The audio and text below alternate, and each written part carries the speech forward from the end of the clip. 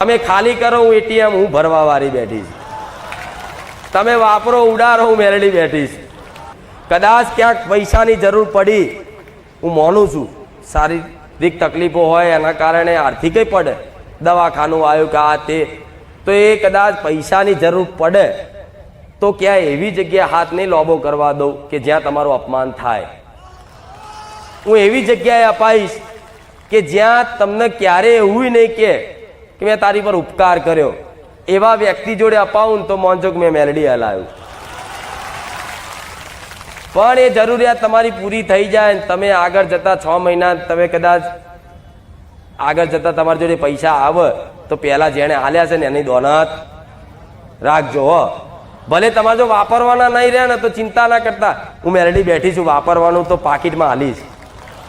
હું એટલી તો ગોડી નહીં કે તમને હમુદા ખાલી કરી નાખીશ.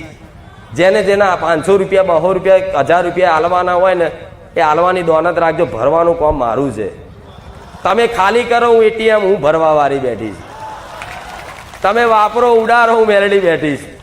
પણ વાપરવાનો ઉડાડવાનો મતલબ એ નહીં કે સેવા પુનદાનમાં ધર્મના કાર્યોમાં બસ જેને જોરથી લીધું છે એના પાસા હાલવામાં આવી જગ્યાએ તમે વાપરો હું ખૂટવા નહીં દઉં મેલડી. જાઓ તમે જે કહો એ જે ગણો એ. અને મારો અનુભવ થયો છે, ભલાન થયો છે, બેઠેલા બધાને થયો છે. કોઈ એવો વ્યક્તિ એવો બાકી નહીં હોય કે મારો અનુભવ નહીં થયો હોય. કોઈ એવો વ્યક્તિ બાકી નહીં મારો પરચો નહીં મળ્યો હોય. આ એમને એમ લાખોની ભીડ નહીં થતી. નવા આવ્યા હોય ને એને કહીશ કે 5 રવિવાર નહીં, ખાલી 1 રવિવાર આવ્યા છો ને પ્રવચન ઓપરેશન જો કાલનો દાડો થવા દો, મારો અનુભવ ના કરાવો મને મેલડીને કહેજો. મારી તારા પારે પહેલી વાર આવ્યા ને મારા 15 વર્ષનું દુઃખ મટી ગયું. હવે તો હું પરચાઈ લેવાનું બંધ કરી દઉં છું ધીરે ધીરે કે જાઓ આવો નવાઈ નહીં રહી. ભાવિક ભક્તો નહીં નવાઈ નહીં રહી. કોઈક મરેલી હમણાં ગયા રવિવારે એક જીવ જતો રહેલો. ડૉક્ટરે 4 ડૉક્ટરે એવું કીધું કે ભાઈ જીવ નહીં, આ બેન નામ લઈ જાઓ. જોયું હતું ને એવું કે લઈ જાઓ આ બેન નામ જીવ નહીં. તો એની સાસુએ પ્રાર્થના કરી કે માં હવે તારો આધાર છે, ડૉક્ટરો છૂટી પડ્યા, હવે મારી ખુખાર મેડી કરે ખરું. તે ઓટોમેટિક જીવ આવી ગયો, જીવતી થઈ જાય. તો એ મારા ભાવિક ભક્તો હલતા નહીં. બોલો કે મારી એમાં શું નવાઈ છે? તારા તો રોજના પરચા છે આવા. હા શું ખોટું? નકર આ પરચા તો બહાર જુઓ તો નવાઈ લાગે. મરેલા ઉભા થયા, ઓહો આટલો મોટો પરચો. પણ મારા ભાવિક ભક્તો તો મારા ભક્તિમાં રંગાયેલા છે ને આવતા જતા રહેશે ને, એટલે મારા પૂરો અનુભવ છે કે આનાથી કોઈ વાત અશક્ય, કોઈ જગતની વાત અશક્ય નથી જ. એમાં હું નહીં કહેતી, તમારો અનુભવ બોલે છે. હું કહું તો મારું મોટાપણું લાગે ને, માતાજી મોટી મોટી વાતો કરે છે, પણ નહીં, મોટી મોટી વાતો નહીં કરતી, મોટી મોટી વાતો પૂરી કરાવીને બતાવું છું. બરોબર? સાક્ષાત છું. જો સાક્ષાત ચૂંદડી છે, મારા દીકરાનું શરીર છે, આ હાથ છે. જો જો મેરડીમાં થોડી ઘડિયાળ પહેરે, હું ઘેર પહેરું. શરીર મનુષ્યના શરીરના ખોડીએ ધૂણું છું ને બોલું છું ને. હા, એટલે એ મર્યાદા મારે કામ કરવાનું હોય. ગયા રવિવાર કીધું હતું ને, એ મર્યાદા મારે કામ કરવાનું. આ રૂપમાં આવો એ દાડ માગજો, બધું પૂરું કરી દઉં કે માં અહીંથી આખા બ્રહ્માંડ ફરાય તો ફરાઈશ, પણ મનુષ્ય ખોડીએ છું. મારા દીકરાને તે અમુક વાતો તમે વિચાર, માતાજીને દીકરો છે, કેટલી ભક્તિ કરતો તો મારો દીકરો છે ને, ભક્તિ એટલે કે આખો દાડો કે મઢમાં નહીં બેહી રહેતો, પણ 24 કલાક બસ વિચારોને એને તો યાદ કરવાનું નહીં રહ્યું. તમને તો યાદ કરવું પડે કે હે માતા, હે મેરડી માતા, હે ચામુંડ માતા, એને તો યાદ કરવાનું નહીં રહ્યું. એક દાડ મારા દીકરાએ મને પ્રશ્ન કર્યો કે મારી આવા બધા હવારમાં ઉઠે તો તમને બધાને કેવું પહેલી માતા યાદ આવે ને? કેવું? હવારમાં ઉઠો એટલે પહેલે કે આમ આંખો ખોલો એટલે કે હે ચામુંડ, હે મહાકાળી, એ ભદ્રકાળી, એ ખોડિયાર, બોલો ને આવું, એ બ્રહ્માણી, એ મેરડી માતા, એમ કરીને દિવસ તમારો જ્યારે આંખો ખોલો તારો યાદ કરો. તેવી રીતે મારા દીકરો ઉઠે ને તો માતા યાદ જ ના આવે એમ. તો એક દાડ મને પ્રશ્ન કર્યો એણે, મારી આ આખું જગત કે મને મોટો ભગત કહે છે કે તું તમે તો આટલી મોટી ભક્તિ કરી, તું મને યાદ ચમ નહીં આવતી હવારમાં? બે માતા એવું કીધું કે દીકરા જે દૂર હોય ને એને યાદ કરવી પડે. હું તારા શરીરમાં તારા હૃદયમાં બેઠી ચમ યાદ આવે. મારા દીકરો કે હા હવે હાશું હાશું ખોટું. નગર જે હવારમાં ઉઠો જે વહાલ કરતું હોય, જે તમે ચાહતા હોય, જે દેવી શક્તિ માનતા હોય ને એ પહેલું યાદ આવે. મારા દીકરાનું યાદ ના આવું એટલે પ્રશ્ન જ થયો. માતા તું ચમ યાદ નહીં આવતી મને? કે દીકરા દૂર હોય ને, જે અહીંથી કોઈક બારગામ હોય એ ભાઈને યાદ કરવા પડે. તમારા જોડે બેઠા હોય ને યાદ કરવા પડે. મેં મારા દીકરાને સમજણ પાડી, દીકરા તારા લાડથી તારી ભક્તિથી તો હું તારા હૃદયમાં સમય જઈશું ને એટલે હું તને યાદ નહીં આવતી. હું તારે 24 કલાક અંદર છું. હા શું ખોટું? આવા વાત જેને સમજણ પડે ઠીક છે, નકર રોમ રોમ. એટલે એવું એ યાદ કરવાને તો યાદ કરતા કરતા કરતા કરતા તમારું મન અને દેવી શક્તિનું રૂપ એક થઈ જાય ને પછી યાદ કરવાનું ના હોય. 24 કલાક રહે મગજમાં. 24 કલાક ગમે તેવું વસ્તુ આવે, ગમે તેવી વાત હોય, તમને માતાજીએ કશું મેમરીમાં રહે જ નહીં. કોઈક તમને વાહિયાત ખોટી વાતો કરતું હોય ને કે ફલાણાની ચૂંટણીની વાતો, ફલાણાની નોકરીની વાતો, તો તમને બેચેની લાગે. ભાઈ માતાની વાત કરતો મને ભાલું લાગશે. અને દેવગતિની વાત કરવા બેહન એટલે ઓહો ભૂખાઈ ના લાગે, તરસય ના લાગે. 2 કલાક 4 કલાક ચમના નીકળી જાય ખબર ના પડે. આ શું ખોટું? હા તો આ શું છે? રંગ લાગ્યો. અને આ રંગમાં કરજો મારા વખાણ. જેટલી વાતો કરવી એટલી કરજો. તમારું મોડું હુકાઈ જાય એટલી કરજો મારી વાતો, મારા વખાણ ખૂબ મને વાલ કરજો. પણ એક એક આ વસ્તુ તમે જે બોલો છો ને એ 24 કલાક અલગ અલગ રૂપમાં, અલગ અલગ માણસ જોડે, અલગ અલગ ભક્તો જોડે હું કાન દઈને સાંભળવા વાળી છું. એટલે મને ખબર છે કે બધા મને કેવો ભાવ આલે છે. નોકરી પર જાય કે હગાવાળાને તો જાય કે ગમે તો જાય, બહાર ગામ ફરવા જાય તોય તે બસ કંઈક 2 મિનિટ કોઈ વાતચીત કરીને એટલે મારી વાત તરત ચાલુ તમારા મોઢે આવી જ જાય. બારે જા જોયું તો કે હા કોક ભાઈ ચાલુ કરે. અને અમુક પાછું કોક એવું કે આ તો બધી ખોટી અંધશ્રદ્ધા ધતિંગ હોય એટલે તમને ચીડ ચડે. પાછી ચડે ને એવું ચડે ને એવી ચીડ. તો આને શું કહેવું? તેવા જો લમણા નહીં લેવાના આપણે. બહુ એવું કહેતા હોય ને જે કે આ તો બધા નાટક છે, ધતિંગ છે ને આ તો બધું પૈસા કમાવાનો ધંધો કર્યો હોય આમ તો બધું કહેતા હોય, તો તમારે છે ને અહીંયા બહેસ નહીં કરવાની. અહીંયાથી ચૂપ મૌન થઈ જવાનું. અરે ભાઈ તું તારી શ્રદ્ધા તારી જગ્યાએ, તો અમારી શ્રદ્ધાનો ઠેસ ના પહોંચાડીશ. એટલે વાપરવાની એ વાત છોડીને નીકળી જવાનું.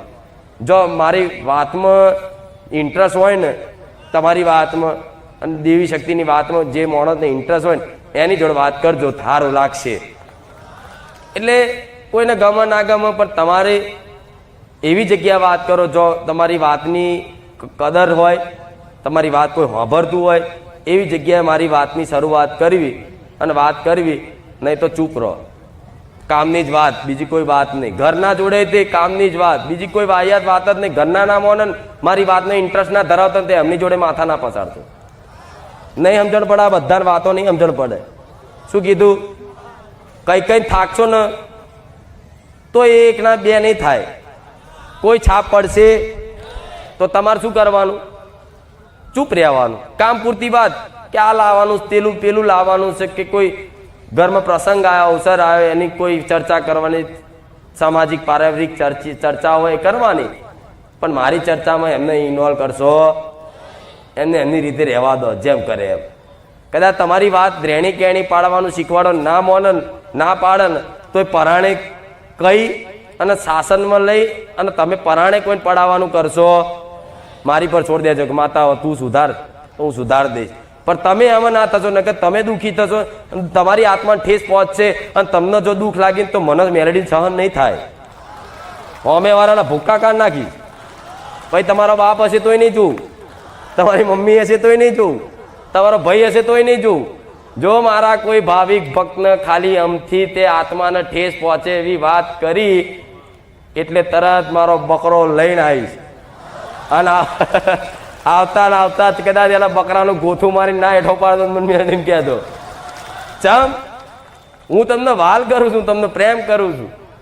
એટલે મારા ભક્તને કોઈ બોલી જાય, મને બોલી જાય એ મન પોહાય પણ મારા ભક્તને કોઈ બોલી જાય મને મેલડીને પોહાતું આખું જગત મારા વિશે નિંદા કરે, મારી ખોટી વાતો કરે, જે બોલે બધું મને સ્વીકાર છે, પણ મારા ભક્તને કદાચ કોઈ ઓંગરી કરીને ઠેસ ના પહોંચાડતા, નકર મારા જેવી ભૂડી જગતમાં કોઈ નહીં થાય.